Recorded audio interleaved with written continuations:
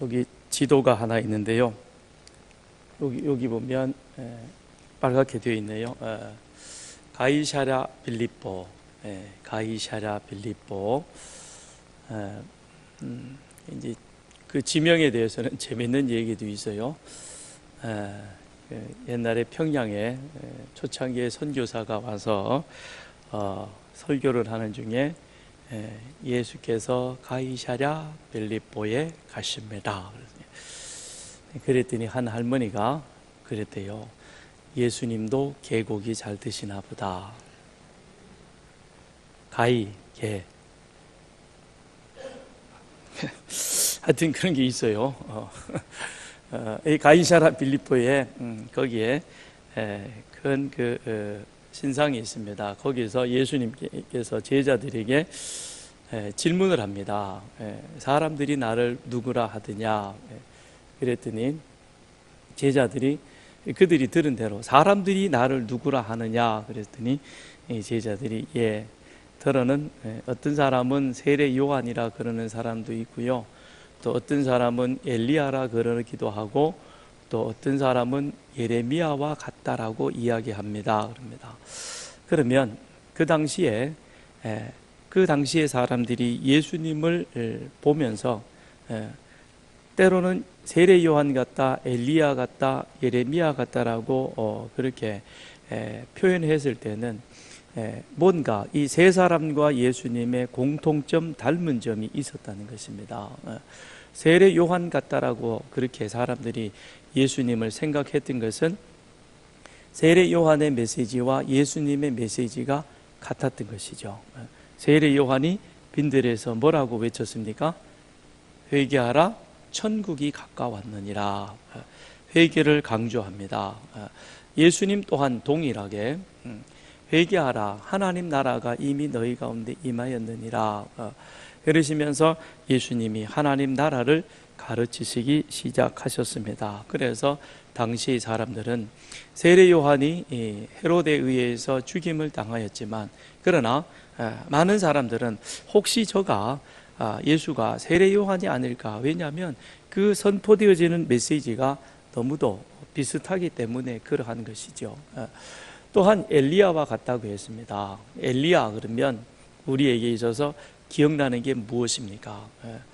온 나라가, 북이스라엘 온 나라가 다 바알과 아세라 숭배하는 것으로 그렇게 푹 빠져 있습니다.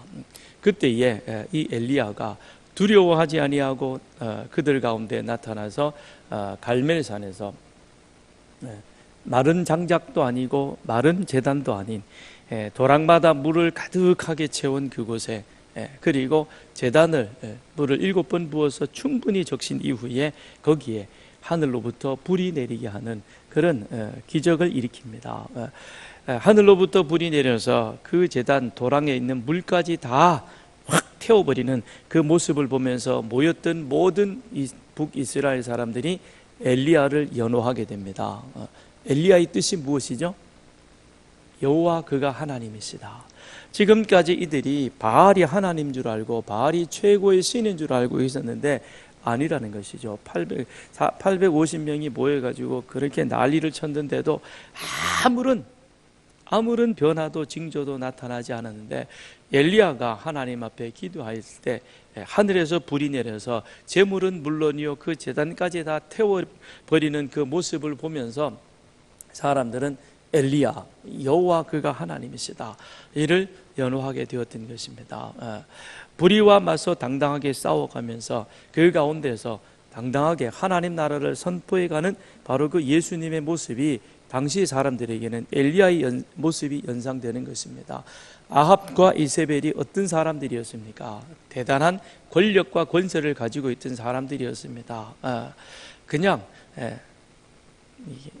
아합의 나봇의 포도원을 그냥 말 한마디로 정리해가지고 죽여버리고 빼앗을 정도로 무시무시한 권력을 가지고 있던 그들 앞에 당당하게 맞서 싸우는 엘리야의 모습이 헤롯의 그 권력 앞에 굴하지 아니하고 여호와 하나님 나라를 선포해 가시는 예수님의 모습 속에 엘리야의 모습이 오버랩 되어 가지고 나타난 것이죠. 그래서 엘리야와 같다라고 이야기를 합니다. 그러면 예수님을 예레미야와 같다라고 말한 것은 무엇일까요? 예레미야나 예수님이나 다 같이 멍에를 말씀합니다. 멍에. 예레미야도 멍에를 이야기를 하고 그 다음에 예수님도 멍에에 대해서 말씀하고 있는 것이죠. 여호와께서 이와 같이 내게 말씀하시되 너는 줄과 멍에를 만들어 내 목에 걸고, 이 예레미야가 나무 멍에를 목에 걸고 그리고 거짓 선지자 하나냐와 대적합니다. 하나냐는 2년 내에 이 나라가 다시금 정상화될 것이라고 그렇게 사람들을 미혹하고 있는 것이죠. 그 앞에서 예레미야가 나무 멍에를 메고 나타나서 그렇게 말씀하고 있는 겁니다. 그러나 그 목으로 바벨론의 왕의 멍에를 메고 그를 섬기는 나라는 내가 그들을 그 땅에서 머물러 밭을 갈며 거기서 살게 하리라 하셨다 하라 여호와의 말씀이니라. 무슨 얘기냐? 2년? 아니야. 우리는 바벨론의 멍에를 메야 하는 거야. 바벨론의 멍에를 메야 된다. 바벨론의 멍에를 맨다는 것은 무엇이냐? 바벨론에 항복하는 것이다. 바벨론을 대적하여 싸우고 전쟁해서 그렇게 가는 것이 아니라 그들에게 항복해서 그들의 포로가 되어야만 그래야 되는 것이다 라고 그렇게 예레미야가 이야기를 합니다. 그랬더니 하나냐가 예레미야의 목에서 나무 멍에를 벗겨가지고는 그거를 부셔버립니다. 그랬더니 하나님께서 예레미야에게 야, 너 쇠로 멍에를 만들어가지고 그것을 걸고 가라 그럽니다. 쇠멍에는 무엇입니까? 바벨론에 항복하지 아니하면, 바벨론의 포로가 되어지지 아니하면, 그러면 쇠멍에를 하나님께서 유다 백성들에게 지울 것이라는 겁니다. 그것은 예루살렘 성이 불탈 것이고, 그리고 예루살렘 성에 남아서 대적하던 모든 사람들은 이 화가 난 바벨론 군사들에 의해서 죽임을 당하거나 폭행을 당하게 될 것이고, 성이 예루살렘 전체가 다 황폐화되어짐으로 말미암아 먹을 것이 없어서 그래서 어린아이들이 엄마 품 안에서 기절하여 죽게 될 것임을 이렇게 예레미야가 쇠멍에라고 하는 것으로 남유다 백성들에게 보여주고 있는 것입니다. 예수님 당시에도 동일했던 것입니다. 예레미야 당시에 이 남유다 백성들이 이미 150년의 북이스라엘 백성들이 아수르에 의해서 멸망당하는 그 모습을 보고서도 깨닫지를 못하는 겁니다. 말씀으로 돌아가야 되고 하나님의 율법을 다시금 잘 지켜서 그들이 하나님 앞에서 바르게 세워질 수 있는 그런 기회로 삼아야 하는 것임에도 불구하고 그들은 여전히 세상의 길로, 우상 숭배하는 길로 제멋대로 나아가는 것입니다. 그러면서 오히려 율법이 그들에게 더 큰 멍에가 되어가도록 만든 것처럼 예수님 당시에도 동일했던 것입니다. 하나님의 율법을 왜곡되게 해석함으로 말미암아 율법이 그들에게 큰 멍에가 되어 무거운 짐이 되어 같은 것입니다. 그들을 향하여 예수님은 말씀하십니다. 수고하고 무거운 짐진 자들아 다 내게로 오라. 내가 너희를 쉬게 하리라. 나는 마음이 온유하고 겸손하니 나의 멍에를 베고 내게 배우라. 그리하면 너희 마음이 쉼을 얻으리라. 내 짐은 쉽고 가벼움이라라고 말씀하십니다. 그러면서 예수님도 무엇을 말씀하십니까? 멍에에 대해서 말씀을 하고 있는 것입니다. 그러면서 쇠멍에 대신 이제 내가 주는 멍에를 메라. 그런데 그것은 쉽고 가벼운 것이다라고 그렇게 말씀하는 거예요. 그러니까 이 예수님의 가르치심을 들을 때에 이 백성들의 머릿속에는 무엇이 떠오르느냐? 500여 년 전에, 500년 훨씬 더 되죠.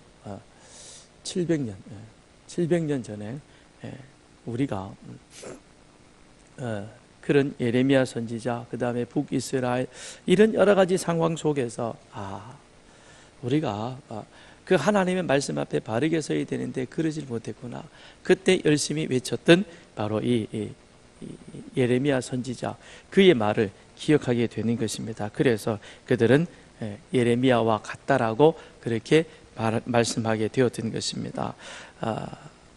그 당시에 예레미야 선지자가 오늘 2절에 보게 되어지면 아몬의 아들 유다 왕 요시야가 다스린 지 13년에 여호와의 말씀이 예레미야에게 임하였고, 예레미야가 하나님의 부르심을 받아 남유다 땅의 선지자로 그렇게 세움을 받아서 활동하게 될 그 당시에 유다 나라 안에는, 남유다 안에는 이처럼 하나님의 말씀, 하나님의 그 법을 거역하고 제멋대로 제 마음대로 살아가며 스스로 율법을 나무멍에에서 쇠멍에로 바꾸어 갔고, 그 다음에 그 주변은 500여 년 동안 그 근동 아시아 지역에 주인 노릇을 하던 아수르가 바벨론에게 그 자리를 내어주었습니다. 그리고 그 주변 나라 정세가 굉장히 요동을 치고 있었습니다. 바벨론이 새로운 강자로 부상을 하고,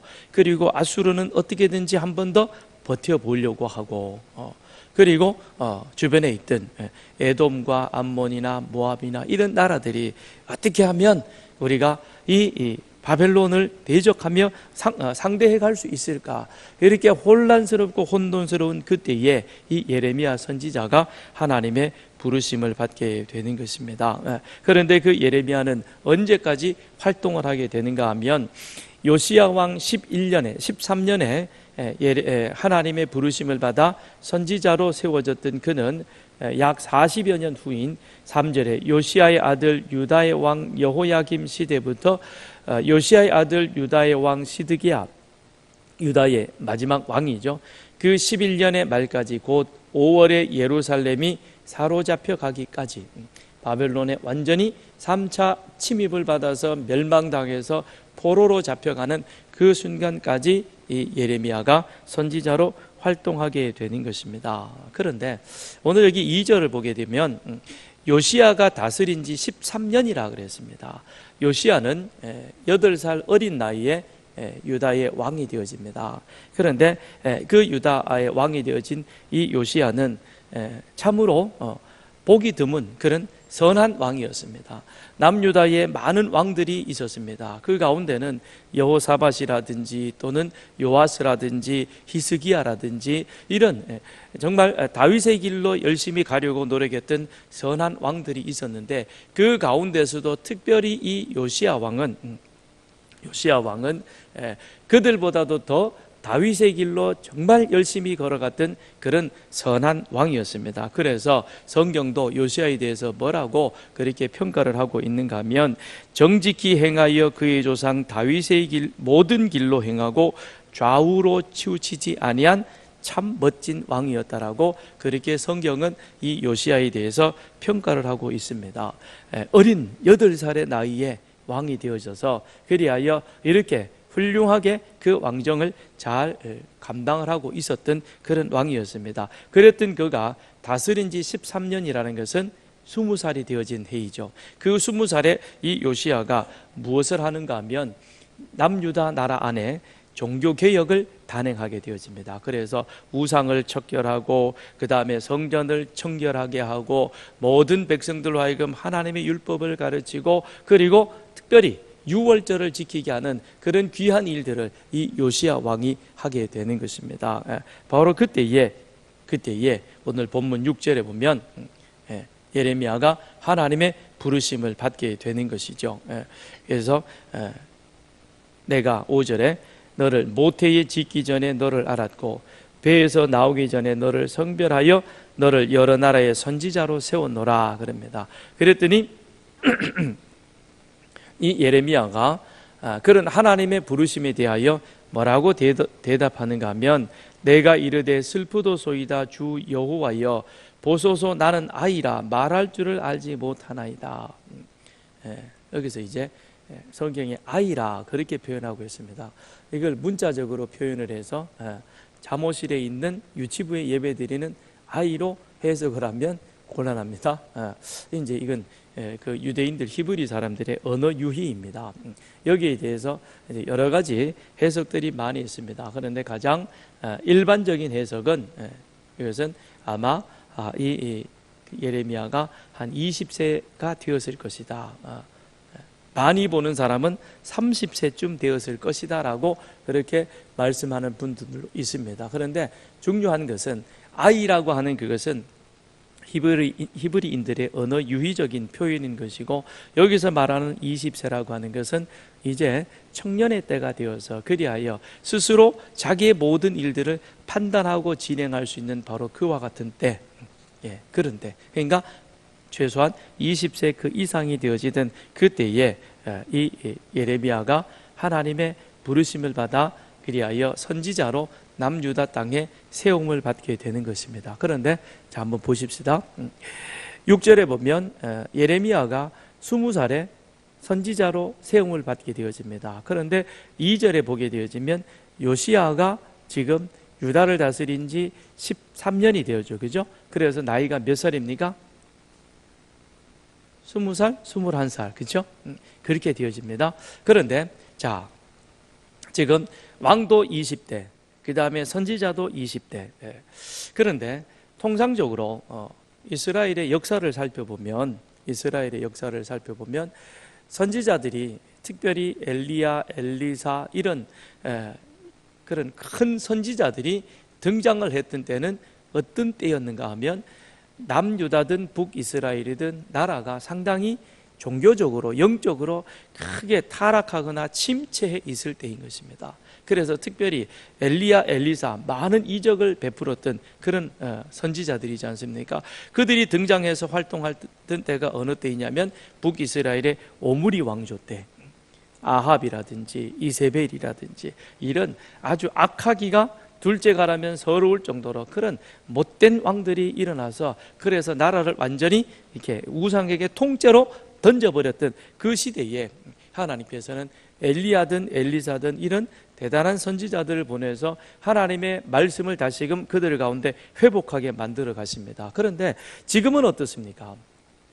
지금은 요시야가 다스리던 그 시대는 주변 정세가 아수르에서 바벨론으로 그리고 넘어가면서 에돔과 모압과 암몬 이런 나라들이 요동을 치고 있기는 하지만, 그러나 국내적으로 보면 이 요시야는 그가 이제 왕정을 시작해서 10년이 지나가면서 왕정에 대해서 모든 것을 다 이해하고 자기 나름의 판단, 독자적인 판단에 의해서 이 나라에 필요한 것이 무엇인가 우상을 척결하고 그리고 성전을 청결하게 하고 하나님의 말씀을 모든 백성들에게 들려주어 읽게 하고, 그러므로 이 땅에 하나님의 나라 그리스도의 계절이 온전히 임하도록 하는 것, 이것이 가장 필요한 때이다라고 생각을 하고 요시야가 힘있게 종교개혁을 단행하던 바로 그 시기입니다. 그렇다고 본다면 이스라엘의 왕조 500년의 역사 속에서 가장 아름답게 하나님의 말씀이 꼽히던 시대이니까 굳이 선지자가 등장을 하지 않아도 될 만큼,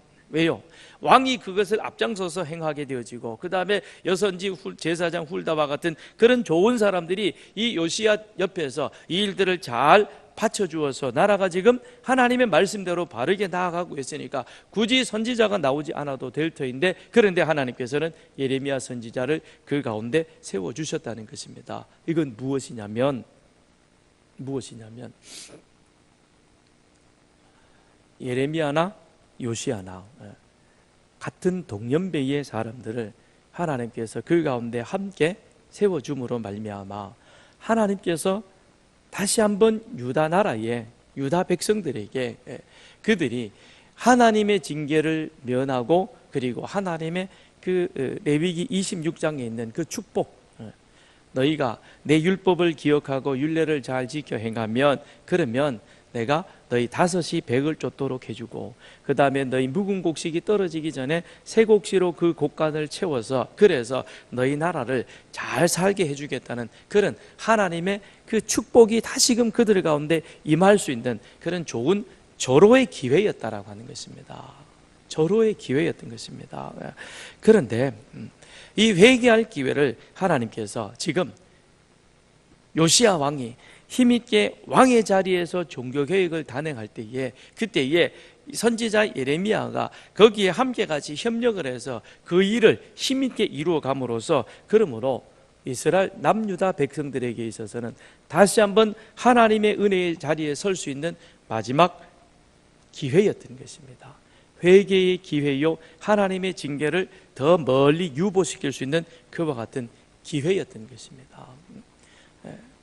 하나님께서는 우리가 죄악을 범하고 잘못되어진 길로 갈 때 바로 징계하시는 경우도 있지만, 그러나 때로는 상당히 우리에게 회개할 수 있는 그와 같은 기간을 하나님께서 주십니다. 노아 당시에 나의 영원히 사람과 함께하지 아니하리니 이는 그들이 육신이 됨이라. 그러나 그들의 날은 120년이 되리라. 자, 노아 당시에 사람들이 행하는 일들이, 그들이 생각하는 것이 이 마음에서부터, 어려서부터 다 악한 뿐입니다. 그래서 온갖 악한 일들을 그들이 행하게 되는 것이죠. 그러니 하나님께서 그들을 심판하시기로 작정하십니다. 그러면서 노아를 세워서 무엇을 하게 합니까? 방주를 예비하게 하죠. 그런데 여기 보면 그들의 나이를 그들의 날은 120년이 되리라. 이게 인간의 수명을 이야기하기도 합니다만, 그러나 이것은 노아로 하여금 방주를 예비하게 하여, 그리하여 하나님이 이제 장차 물로 세상을 심판하실 때인데, 그때에 노아처럼 하나님의 은혜를 입은 자들이 그 방주에 피함으로 말미암아 하나님의 그 물의 심판을 면할 수 있는 그와 같은 회개의 기회를 하나님께서 주셨던 겁니다. 그런데 120년이라는 시간을 주었지만 회개하는 사람은 아무도 없었죠. 그렇죠? 회개한 사람이 있었어요? 없어요. 그런데 요시야 때도 마찬가지입니다. 예레미야가 요시야 13년에 등장을 해서, 그리하여 시드기야 왕 11년에 나라가 완전히 바벨론에 멸망되어질 때까지 약 40여 년 동안 예레미야가 열심히 하나님의 심판을, 하나님의 징계를 그들 가운데 외칩니다. 그런데 돌아오는 사람이 아무도 없었다는 것입니다.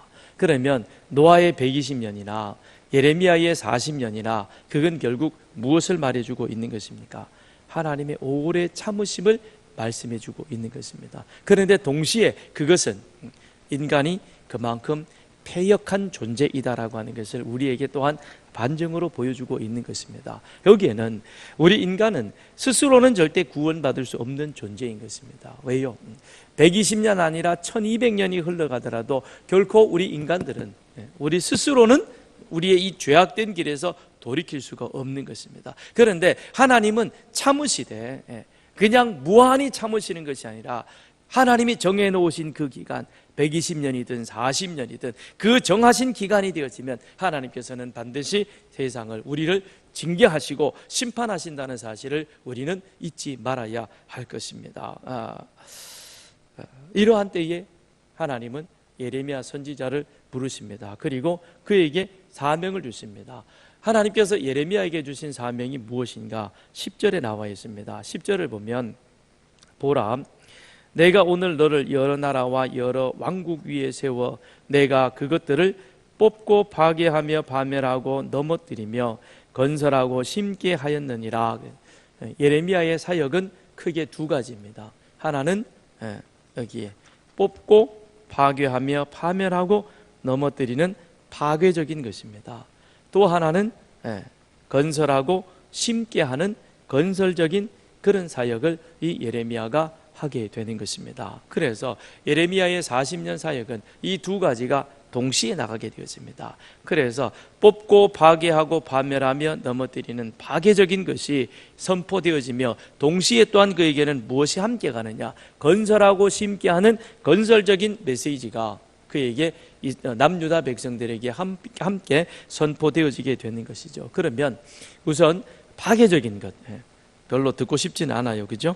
뽑고 파괴하며 파멸하고 넘어뜨리는, 오늘 우리 가운데 뽑아버려야 할 것, 파멸해야 할 것, 파괴해야 할 것이 무엇인가를 우리가 분명히 기억해야 할 것입니다. 하나님의 말씀은 양날의 칼과 같은 거예요. 그래서 하나님의 말씀은 혼과 관절과 영을 찔러 쪼개며, 찔러 쪼갠다는 것은 그것은 사람을 괴롭게 하고 그를 망가뜨리는 것이 아니라, 우리 몸 안에 여러 가지 어떤 좋지 못한 암덩어리가 있다면 그것을 칼로 수술해서 찔러 쪼개어서 뽑아내어야 하는 겁니다.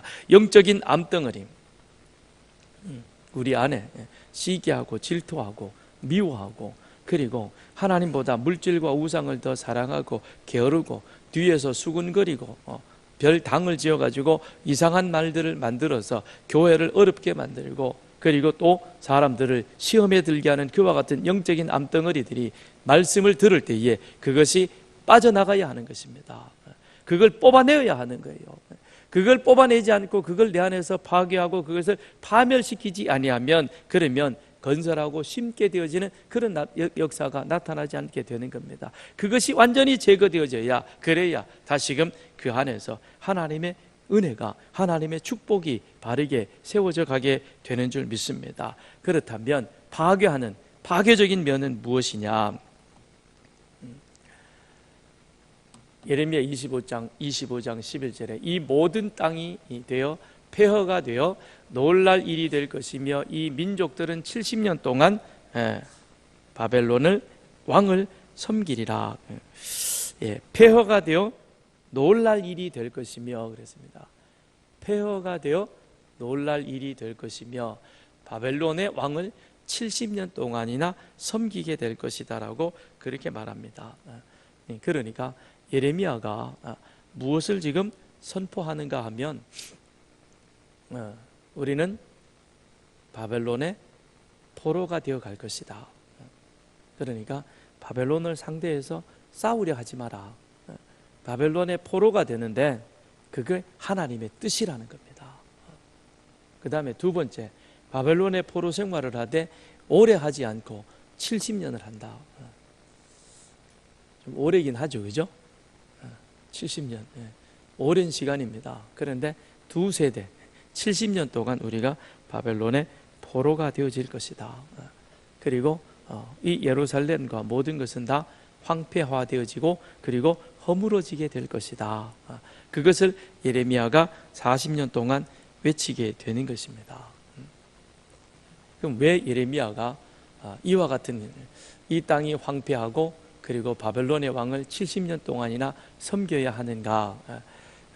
거기에 대한 결정적 하나님의 징계를 결정적으로 이렇게 시행하게 되어졌던 계기를 만든 왕이 있었습니다. 그가 누구인가 하면 바로 므낫세인 것입니다.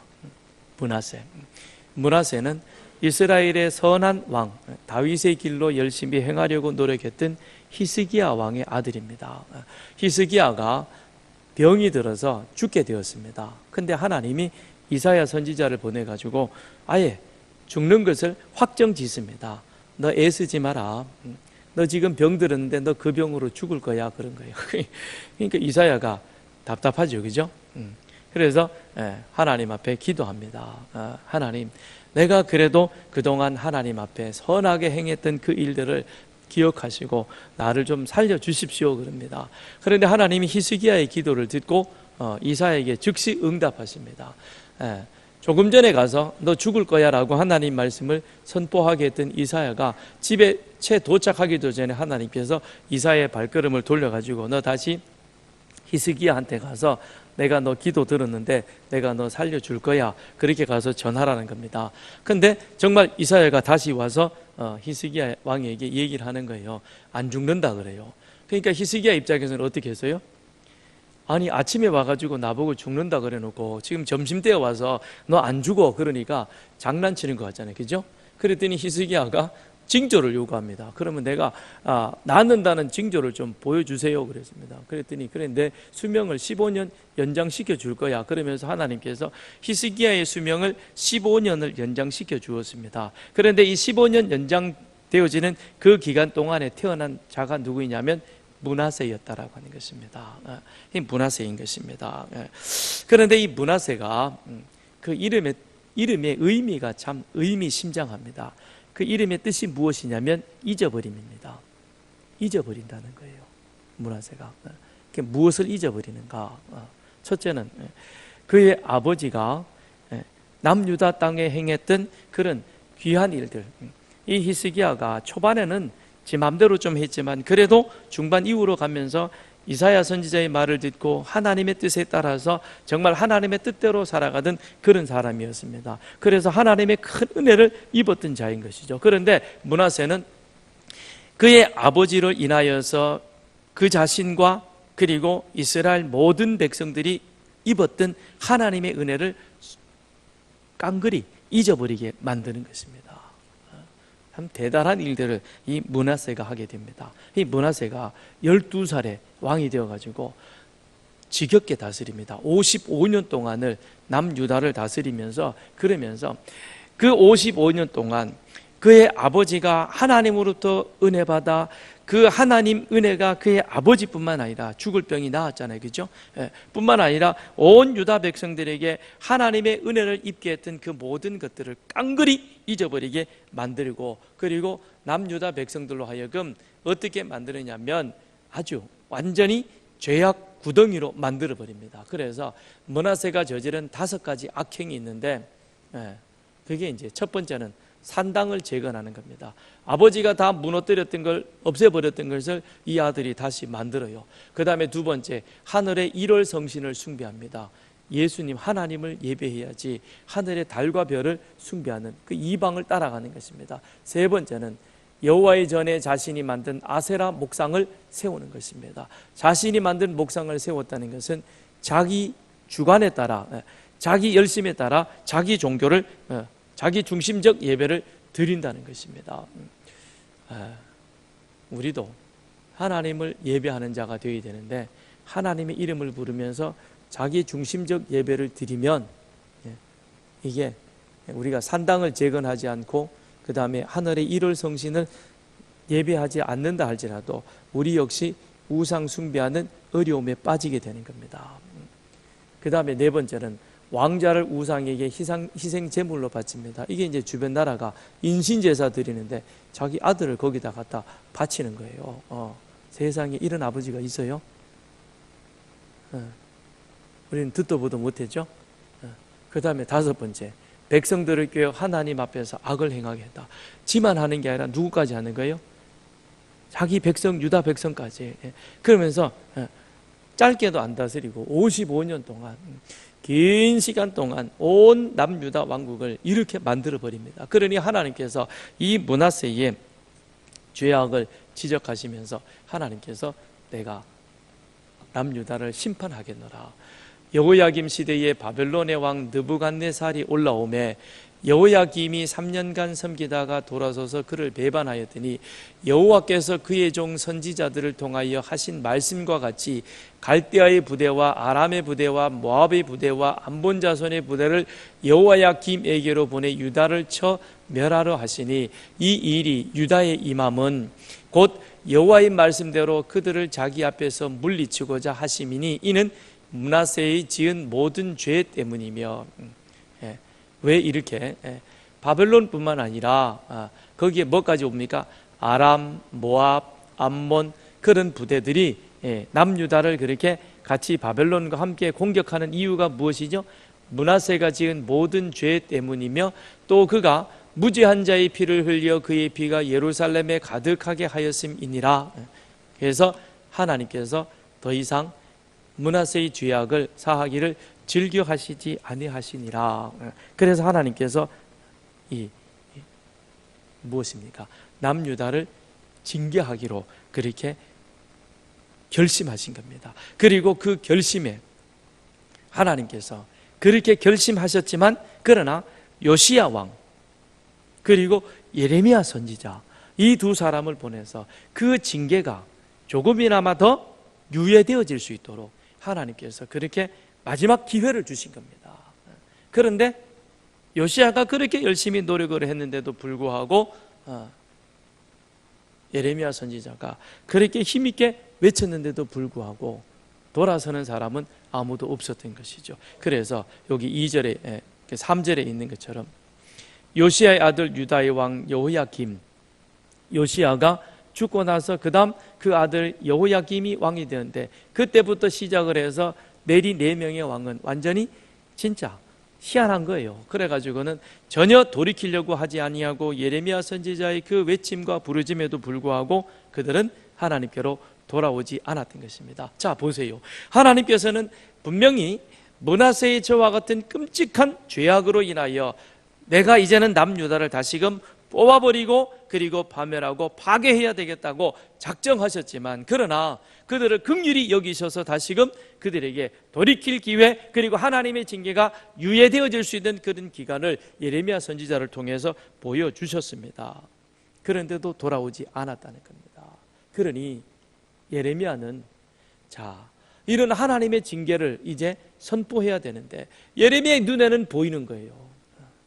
예레미야의 눈에는 하나님의 임박한 진노가 지금 예루살렘 가운데, 예루살렘에 살고 있는 자기 동족 유다 백성들에게 환히 보이는 거예요.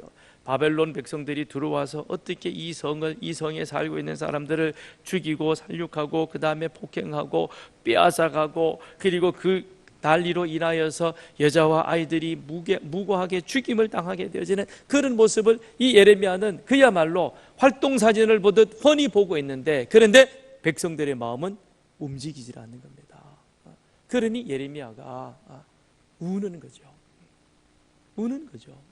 이제 며칠 후면 이런 끔찍한 일이 벌어지는데, 그런데 전혀 거기에 대해서 말씀은 들으려고 하지 아니하고 오로지 무엇입니까? 이 세상에서 잘 먹고 잘 살고 편안해지는 그 길만을 찾아가고 있는 겁니다. 그러니 예레미야가 답답해서 우는 거죠. 그 예레미야의 눈물은 예레미야의 눈물이 아니라 40년의 유예 기간을 주면서 그들이 다시금 돌이키길 원하는 하나님의 눈물인 것이죠. 노아 홍수 때에 하늘에서 땅에서 물이 솟구쳐 오르는 그것은 하나님께서 이 세상을 만드셔서 그 아름다운 것들을 우리 인간들에게 선물로 주시면서 하나님의 말씀을 지키며 이곳에서 행복하게 잘 살아라고 했는데, 그런데 그와 같은 하나님의 명령을 배반해버리고, 그리고 아예 어려서부터 그 마음에 생각하는 것이 온통 악한 것뿐인 겁니다. 그러면서 그 악으로 치닫아 나가는 그 백성들을, 그들을, 그리고 하나님 만드신 모든 자연을 심판해 가실 때 그 마음, 그게 바로 노아 홍수 때에 하늘에서 내리는 하나님의 눈물인 것입니다. 오늘 하나님의 마음은 어떠할까요? 오늘 우리들의 모습을 바라보며 이 나라 대한민국을 바라보는 하나님의 마음은 과연 어떠할까요? 우리가 이제 다시금 말씀 부흥으로, 말씀 부흥이라는 것은 다른 것이 아닙니다. 내 안에 말씀이 나를 주관해 가도록 만들어 가는 겁니다. 내 안에 하나님의 말씀이 주관해 가도록 만들어 가기 위해서는 우리 안에 이와 같은 것들, 뽑아야 할 것, 하나님의 말씀에 대적하는, 그것을 순종하지 아니하는 그런 것들을 뽑아버리고, 그리고 내 안에 내가 붙잡고 있는 우상들, 세상들을 우리는 파괴시키고 파멸시켜야 하는 것입니다. 그래야 그 다음에 무엇이 오게 되어지는 겁니까? 하나님께서 심고 그리고 건설하게 하는 새로운 역사가 그 가운데 나타나게 되는 줄 믿습니다. 그런데 예레미야는 이와 동시에 함께 무엇을 전하게 되느냐? 우리가 바벨론의 포로로 붙잡혀 가게 되어지지만, 그러나 그 포로는 70년으로 끝나게 되어질 것이다. 바벨론 제국이 저렇게 무섭고 두렵고 대단해 보이지만, 그러나 그 제국은 오래가지 못하고 70년으로 끝나게 되어갈 것이다. 그러므로 우리는 그 70년 동안 이제 무엇을 해야 할 것이냐? 포로로 붙잡혀 가지만 그 땅에서 열심히 우리는 하나님의 말씀으로 다시금 거듭나야 된다. 그래서 그 70년 동안 우리가 잘 교육받아서, 그래서 하나님이 기뻐하시는 극상품 무화과 열매로 빚어져야, 그래야 다시금 하나님이 이 세상을 경영해 가실 때, 그때 우리는 하나님의 경영의 파트너로 함께 같이 세계를 경영하는 그와 같은 자가 될 것임을 이 예레미야 선지자는 외치게 되는 것입니다. 여호와의 말씀이니라. 너희를 향한 나의 생각을 내가 아나니 평안이요 재앙이 아니니라. 너희에게 미래와 희망을 주는 것이니라. 너희가 내게 부르짖으며 내게 와서 기도하면 내가 너희들의 기도를 들을 것이요 너희가 온 마음으로 나를 구하면 나를 찾을 것이요 나를 만나리라. 이것은 여호와의 말씀이니라. 나는 너희들을 만날 것이며 너희를 포로된 중에서 다시 돌아오게 하되 내가 쫓아 보내었던 나라들과 모든 곳에서 모아 사로잡혀 떠났던 그곳으로 돌아오게 하리라.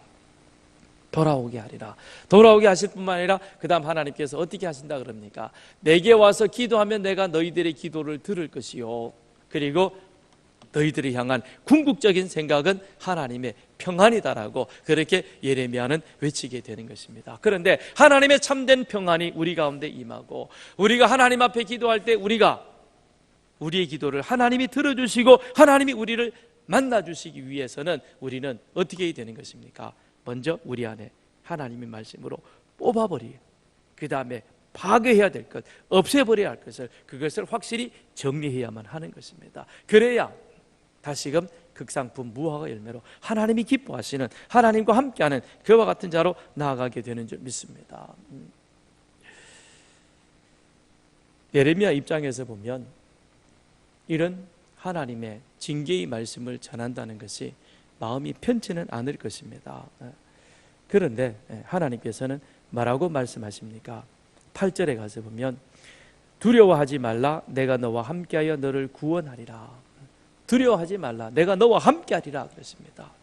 하나님, 예수님은 우리를 위해 이 땅에 오셔서 십자가에 달려 돌아가시고 부활하셔서 그 다음 하늘로 승천하여 올려가실 때에 주님께서 하신 약속이 있죠. 십자가에 달려 돌아가시기 전에 내가 세상 끝날까지 너희와 함께 하시리라 약속하셨습니다. 그런데 그 약속을 하나님은 부활하셔서 다시금 승천하시기 전에 너희가 세상에 땅끝까지 이르러 내 증인이 되리라 그렇게 약속하시면서 뭐라고 주님이 약속해 주시는가 하면 내가 세상 끝날까지 너희와 함께 하리라, 함께 하리라, 그렇게 주님은 약속해 주고 있는 것입니다. 그렇습니다. 주님은 우리를 다시금 불러 세워서 그리하여 우리를 하나님의 은혜로 구원받아 하나님의 자녀되게 해주시되, 우리에게 주어진 귀한 사명은 너희가 그리스도를 따르는 그리스도인 되어짐으로 말미암아 이제는 세상의 모든 족속을 제자 삼는 그와 같은 귀한 사명을 여러분 우리에게 허락해 주셨습니다. 그래서 우리에게 전도는 은사받은 누구만의 사명이 아니라 우리 모두가 감당해야 할 그와 같은 사명인 것입니다. 그런데 그 사명을 또 우리가 그렇게 살아감에 있어서 우리는 두려워할 필요가 없는 것입니다. 왜요? 주님께서 세상 끝날까지 우리와 항상 함께 하시겠다. 주님이 오시는 그 순간까지 주님께서 하나님의 나팔소리 울려 퍼지고, 그리고 주님 재림하실 때 우리가 공중에서 주님을 만나는, 그래서 그 순간까지 우리 주님은 우리와 항상 함께 하시겠다고 약속하십니다. 그럼에도 불구하고 우리가 너무 자주 세상을 두려워하고 그리고 이 세상에서 별것 아닌 것에 넘어지고 낭망하는 이유는 무엇입니까? 하나님의 약속을 더디 믿는 우리의 믿음 때문인 것입니다. 그런데 기억하십시오. 하나님은 우리의 이 말을 화석보다 더한 화강암처럼, 그렇게 금강석처럼 단단하게 해주셨습니다. 그러므로 우리가 강하고 담대함으로 언제나 우리와 함께 하시는 그 주님의 말씀을 기억하고 이 한 주간도, 그리고 앞으로의 우리의 삶이 이렇게 당당하게 담대하게 예수 그리스도를 전하는 그리스도인다움의 삶을 살아가는 여러분 되시기를 주님의 이름으로 축원드립니다. 기도하겠습니다.